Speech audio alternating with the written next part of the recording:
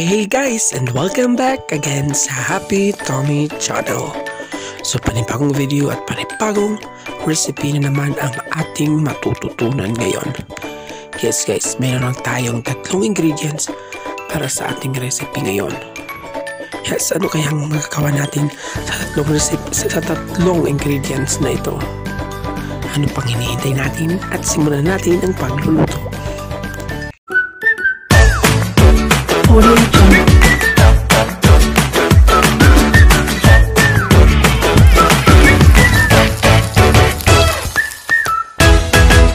Audio Jungle.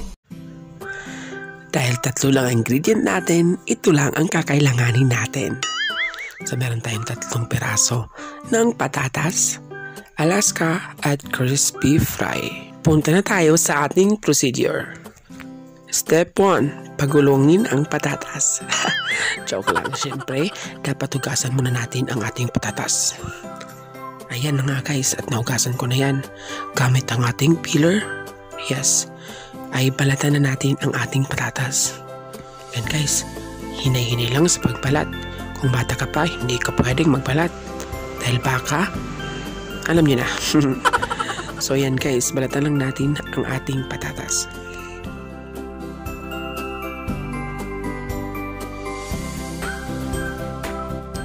Fast forward natin dahil baka ma-bored kayo. Ayan guys, patuloy natin na balatan ang ating mga patatas.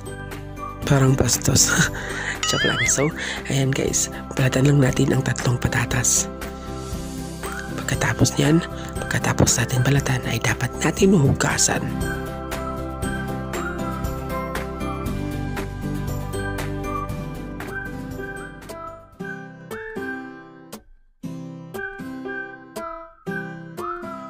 At ayan guys, inuulit ko, pag bata pa kayo, huwag kayong magbalat, ha? Tama ba? Ayan guys, so pwede kayong magpatulong sa iyong mga magulang at sa mga ate at kuya nyo. Diba? So ayan guys, patuloy natin balatan ng ating patatas. At dapat maging malinis tayo guys para hindi naman tayo mabash. So pagkatapos natin magbalat ay dapat natin linisin ang ating mga kalat, diba? Alam niyo naman, ang daming bashers. Joke lang, I love you bashers.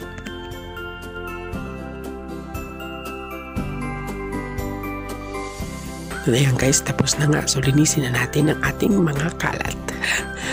Tada! Yan guys. Then pagkatapos yan guys ay hugasan muna natin ang ating mga patatas. Tadan! Pagkatapos, gagamit ulit tayo ng peeler. So, gagawin lang natin guys ganyan. Hindi ko alam kung paano gawin yan. So yan guys, follow the rule na lang. Follow the rule lang yan. So follow na lang guys kung anong nakikita nyo. So kung hindi naman kaya, pwede naman yung kutsilyo lang. Basta yung manipis lang po.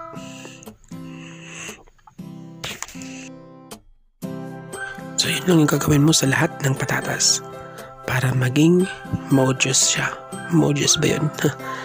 So yan guys, ganyang kanipis ang ating kailangan. So repeat the process lang guys at mag-ingat lang kayo. Dahil pwede kayong anong tawag dyan. So ganyang kanipis ang ating kinakailangan. So yan guys, papalikan ko kayo pag lahat na ay nabalatan. Balatan ba talaga? Napil.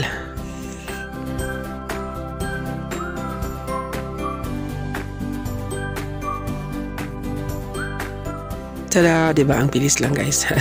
So yan guys, dapat ay linisin muna natin. So pagkatapos yan guys, ay ganito na ang ating gagawin. So step 3, kailangan na natin ang 2 ingredients, crispy fry at ang Alaska. So yan guys, sa isang malinis na bowl nga, ay lagay na natin ang ating crispy fry. Huwag lang natin damihan dahil maasin yan. So pagkatapos yan ay ilipat na natin sa ating malinis na bowl ang ating napil na patatas.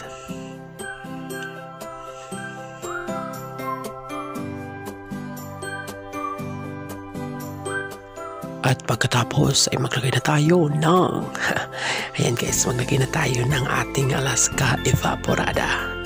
This is not a sponsored. Beka naman. So mix lang natin. Tansyahin lang natin kung gaano karami ang ating kakailanganin. So dapat masok yan in 5 minutes. Yeah. Para masipsip yung sarap na gatas. Diba? At magdagdag pa tayo ng Alaska Evaporada dahil masarap yan. Kaya naman Alaska, padalhan niyo ako. So yan guys, wait lang natin ng 5 minutes para malasap yung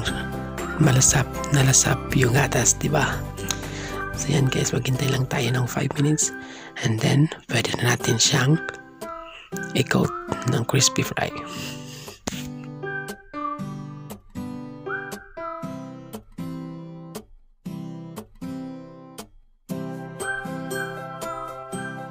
At tapos na ang 5 minutes, diba? Ang bilis lang guys.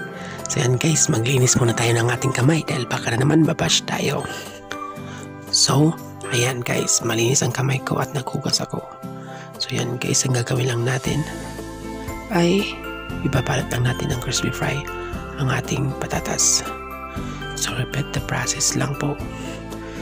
So kaliin po maghugas muna ng kamay bago mo yan gawin. Kung pwede naman mag-gloves dahil wala akong gloves, maghugas na ng kamay.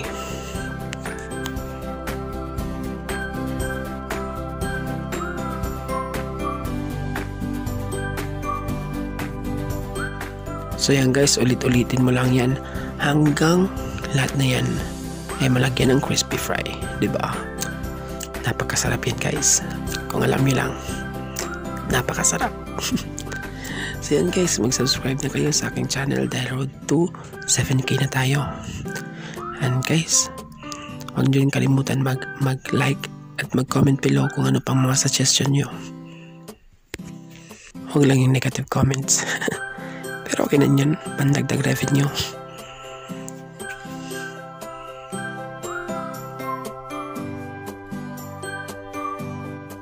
So yan guys, disclaimer lang, kung napo-board kayo, pwede naman ito i-fast forward. Huwag nyo lang i-X. Sayang din naman.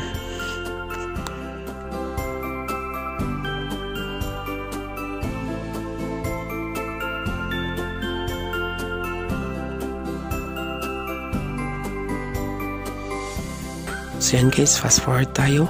So tapos na ang lahat. 1, 2, 3. Tadang! Diba ang bilis? Yan guys, at ready to fry na tayo. So yan guys, punta na tayo sa ating kawali. Disclaimer lang po, pasensya na po sa aming kawali. Ganyan lang po talaga siya, pero hindi yan marami. Yan guys, pag mainit na ang ating kawali, ay maglagay na tayo ng oil. So damihan natin yan guys. And then, painitan lang natin. Pag mainit na, medium heat lang ang ating apoy. At pwede na natin ilagay ang ating mga mojos.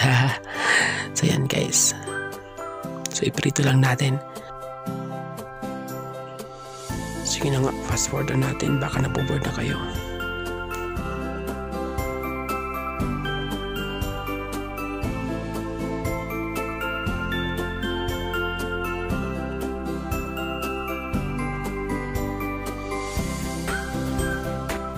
Ayan guys, paalala lang, ang ating gagamitin na heat ay medium heat lang para hindi siya masunog. And then, huwag natin kalimutan iukay-ukay. Ano ba yan? Huwag natin kalimutang ganyanin. Para hindi siya magdikit-dikit.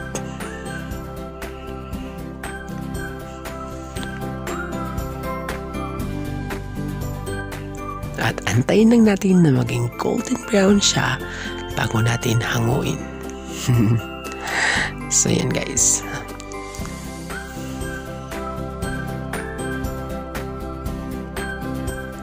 At ayan na nga guys, pwede natin hanguin yan dahil golden brown na siya. Pwede natin isalin sa ating strainer. At mag-plating na tayo. Tara na.